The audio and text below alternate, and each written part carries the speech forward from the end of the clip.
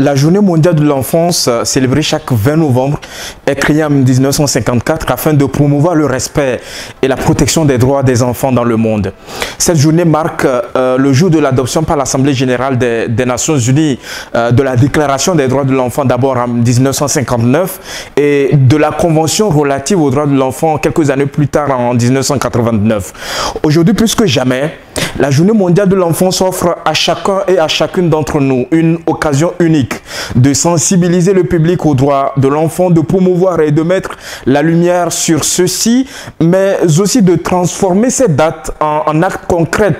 en faveur des enfants partout dans le monde. La Convention relative aux droits de l'enfant reconnaît non seulement aux enfants la jouissance des droits fondamentaux, mais aussi qu'ils en sont des détenteurs actifs et autonomes. C'est d'ailleurs le premier traité international juridiquement contraignant concernant les droits de l'enfant dans le monde. Cette convention comporte donc 54 articles qui mettent en avant 4 principes fondamentaux, notamment la non-discrimination, l'intérêt supérieur de l'enfant, le droit de vivre, de survivre et de se développer, et enfin le droit de l'enfant d'être entendu. Il faut souligner également que cette convention est complétée par 3 protocoles facultatifs. Le premier porte sur l'implication d'enfants dans les conflits armés, notamment la nécessité de protéger les enfants contre le recrutement dans les conflits armés. Le deuxième concerne la vente d'enfants, la prostitution et la pornographie mettant en scène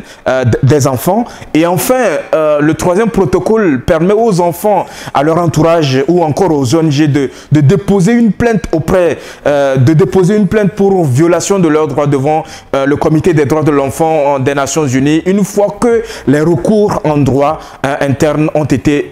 épuisés. Donc c'est d'ailleurs même l'un des organes fondamentaux qui a été créé par la Convention relative aux droits de l'enfant pour suivre un peu la mise en œuvre des droits de l'enfant dans la plupart des pays du monde.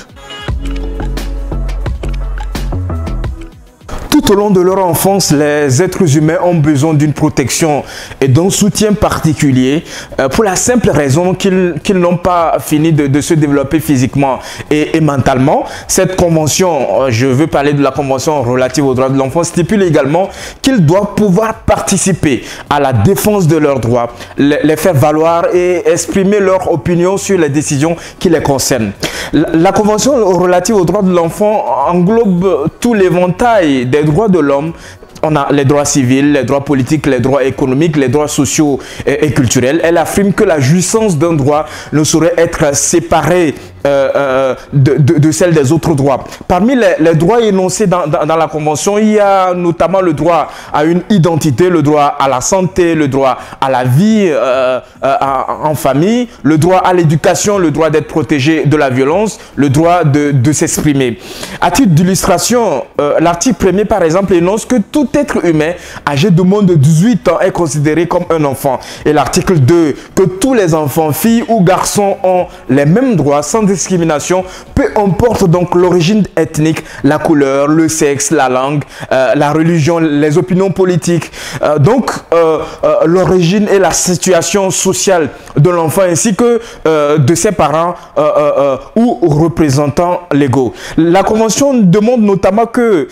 pour qu'un enfant puisse développer librement ses capacités intellectuelles, morales, spirituelles et sociales, il a besoin de vivre dans un environnement salubre, sans danger, l'avenir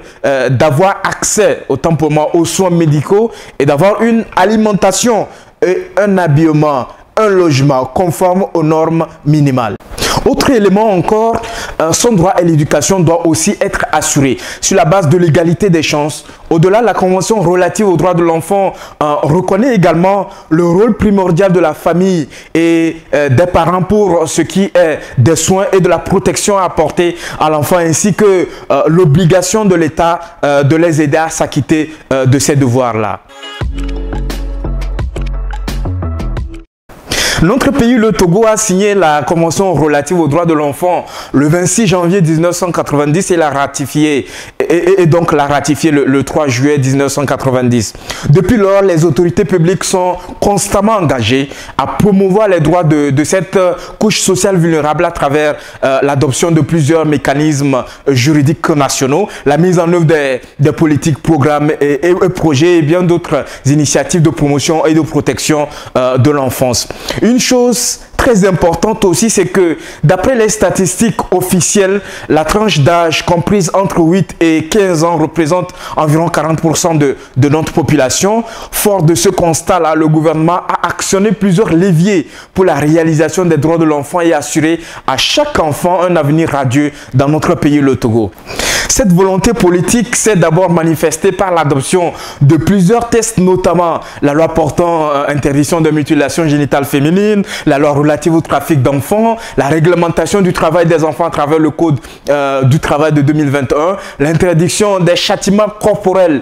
les sévices moraux et toute forme de violence dans les établissements scolaires et centres d'apprentissage, la prise en compte et le durcissement par le nouveau code pénal de 2015 des peines encourues donc par les auteurs de violences à l'égard des enfants, mais surtout le code de l'enfant qui définit et coordonne la politique nationale de protection de l'enfant avec pour centre d'intérêt sa liberté et sa personnalité juridique. Cette dynamique est encore appuyée par la prise en compte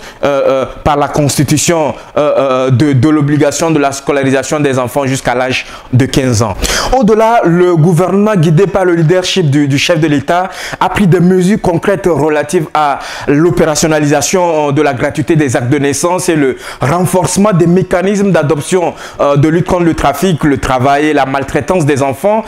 Les frais d'inscription aux différents examens au primaire et au secondaire sont désormais gratuits dans notre pays. Il en est de même pour les frais de scolarité au primaire et l'effectivité du droit à la scolarisation jusqu'à l'âge de 15 ans dans notre pays. Récemment d'ailleurs, une campagne de sensibilisation, de lutte contre les violations des droits des enfants, actes qui portent malheureusement atteinte à leur vie et à leur épanouissement a été lancée par le gouvernement à travers le ministère de l'Action sociale dans le but de préserver les droits des enfants et de sanctionner leurs prédateurs. L'adoption d'une politique de tolérance zéro sur les abus et exploitations sexuelles permet davantage à notre pays de lutter contre les violations des droits des enfants.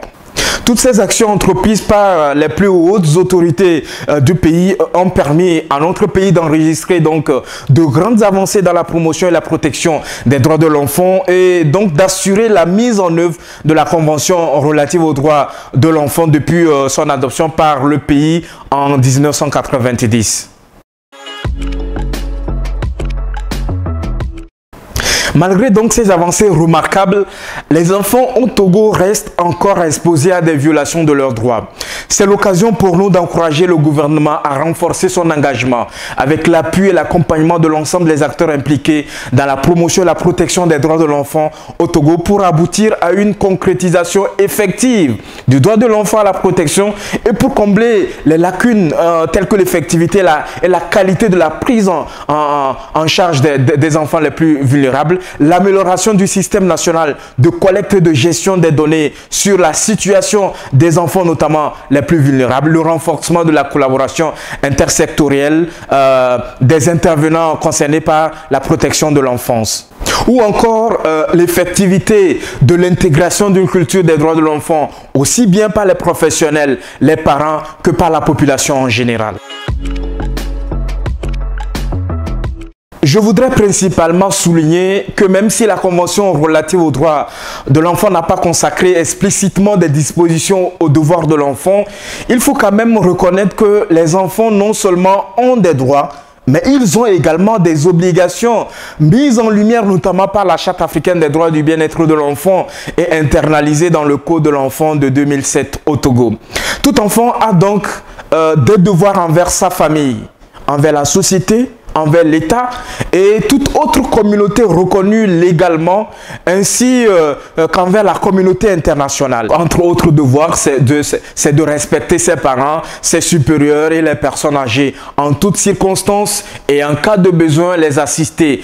C'est de respecter également les autres enfants, de respecter son identité, sa langue, ses valeurs culturelles et nationales, de respecter son milieu naturel et d'œuvrer à sa protection, de respecter la Constitution et les autres lois de la République, d'œuvrer au respect des droits de l'homme et des droits de l'enfant, de respecter les droits, la réputation et l'honneur d'autrui, d'œuvrer pour la cohésion de sa famille et pour le bien de la communauté nationale et internationale en mettant ses capacités physiques et intellectuelles à leur disposition, d'œuvrer à la sauvegarde de l'ordre public, de la santé et de la moralité publique. Au-delà également, c'est de pouvoir œuvrer à la préservation et au renforcement de la solidarité de la société et de la nation, de contribuer au mieux de ses capacités, donc en toutes circonstances, à tous les niveaux, à la promotion et à la réalisation de l'unité nationale et de l'unité africaine. Le dimanche 20 novembre 2022, la communauté internationale va célébrer la journée mondiale de l'enfance. Une fois encore, le Togo ne sera pas en marge de cette grande messe qui célèbre les droits des enfants au niveau de l'association Initiative Citoyenne des Jeunes, La Voix des Enfants, qui porte la plateforme numérique de promotion de suivi des droits de l'enfant. Nous avons aussi concocté une panoplie d'activités qui va démarrer donc à partir de vendredi, où nous allons nous entretenir avec les élèves du lycée d'Abgoué sur le thème l'importance du respect des biens publics, les symboles et emblèmes de la République togolaise. Il est important d'entretenir ces élèves sur cette thématique parce que ce que nous avons vécu au cours de l'année scolaire précédente, où nous avons vu des élèves dans la rue, où nous avons vu les élèves saccager les biens publics, ou même quand nous faisons le tour un peu partout dans les écoles, où les enfants négligent les emblèmes et les symboles de la République, notamment qu'il faut par exemple s'arrêter quand on chante l'hymne à l'école, ne pas parler et tout, et autres éléments que nous allons devoir leur transmettre pour susciter en eux l'esprit de patriotisme, l'esprit de civisme et l'esprit de citoyenneté, pour qu'ils soient la relève de demain dont on espère pour le bien-être de notre pays. Au-delà de cette activité-là, vous savez, nous avons également pensé à entretenir les internautes le dimanche, c'est-à-dire le jour de la célébration de cette journée, à travers le grand live des droits de l'enfant, Children's Rights Show, où nous nous interrogeons si les enfants n'ont que seulement où nous nous interrogeons à savoir si les enfants n'ont que des droits. Est-ce qu'ils n'ont pas des devoirs? Fort heureusement, les enfants ont des devoirs, mais ils semblent ne pas les connaître. Nous allons essayer de les rappeler et inviter les parents également à les inculquer aux enfants pour qu'ils soient des hommes responsables dont on veut dans la société. Et pour finir, nous allons comme d'habitude, comme nous avons pris l'habitude depuis quelques années à le faire, nous allons lancer une campagne digitale pour sensibiliser la population et sensibiliser les enfants surtout sur leurs responsabilités vis-à-vis d'abord de leurs parents. Comment il faut se comporter avec ses parents, avec ses supérieurs, avec ses enseignants à l'école. Comment est-ce qu'il faut se comporter vis-à-vis de sa communauté dans laquelle on vit, quel est le rôle, quelles sont les obligations qui incombent aux enfants et comment est-ce qu'il faut se comporter à l'égard de l'État.